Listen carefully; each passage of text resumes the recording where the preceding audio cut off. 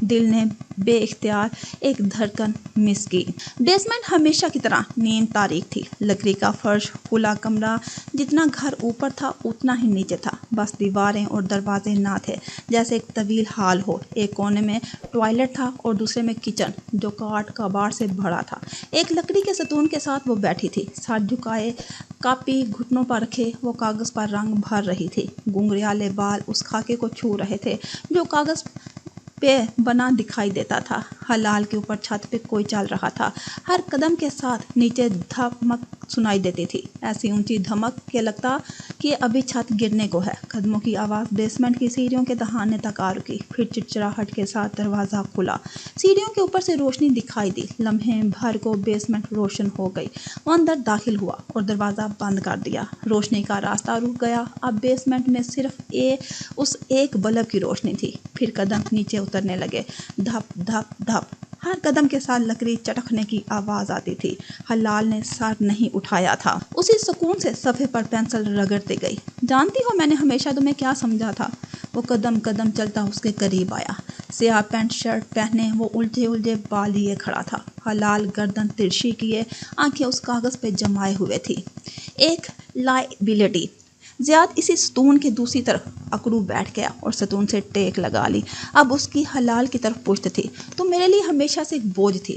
زیاد نے جیب میں ہاتھ ڈالا اور دوا کی ننھی ڈبی نکالی، ایک ایسا بوجھ جس کو میری ماں ساتھ لیے پھرتی تھی۔ اس نے پیلی ڈبی کو اونچا اٹھا کے دیکھا، شفاف پلاسٹک کے پار سفید گولیاں دکھائی دے رہی تھی۔ اس بوجھ کے لیے مجھے ہمیشہ راستے کلیئر کرنے پڑتے تھے، پاسپورٹس، ویزے، امیگریشن، کیسے کیسے ہم تمہیں ایک جگہ سے دوسری جگہ پہنچاتے تھے۔ اف، اس نے ڈبی کو اوپر نیچے ہلایا، گولیوں سے چھن چھن کی آواز آئی۔ میں سوچتا تھا کہ تمہیں اس روز مر جانا چاہیے تھا جب میں نے تمہیں چھت سے نیچے پھینکا تھا۔ حلال نے جواب نہیں دیا، وہ گردن ترچھی کیے ہنوز کاغذ میں رنگ بھر رہی تھی۔ کیا تم بچ گئی؟ تم بہت ڈھیٹ تھی۔ اس نے ٹک کی آواز کے ساتھ ڈبی کا ڈھکن کھولا۔ میں نے کئی موقعوں پر تمہیں مارنے کا سوچا، تم میری ماں کا جنون تھی، مگر میں جانتا تھا کہ جو وہ تم سے چاہتی ہیں وہ کبھی نہیں ہو سکے گا۔ اس نے ڈبی ہتھیلی پر انڈیلی، بہت سی گولیاں باہر آ گئی۔ اس نے انگوٹھے سے 3 گولیاں دبائی اور باقی واپس ڈبی میں گرا دی۔ لیکن آج پہلی دفعہ مجھے تمہارا کوئی استعمال دکھائی دیا ہے۔ زیاد نے بنا پانی کے گولیوں کو منہ میں رکھا، پھر آنکھیں بند کر کے ان کو نگل گیا، پھر ہلکا سا مسکرا کے گردن موڑی۔ وہ اسی طرح رنگ بھر رہی تھی۔ ہم اس راستے کے اختتام پہ آن پہنچے ہیں حلال، تمہاری قید ختم ہونے والی ہے۔ وہ مسکرا رہا تھا۔ آئی نو، اس کی آواز سرگوشی کی مانی تھی۔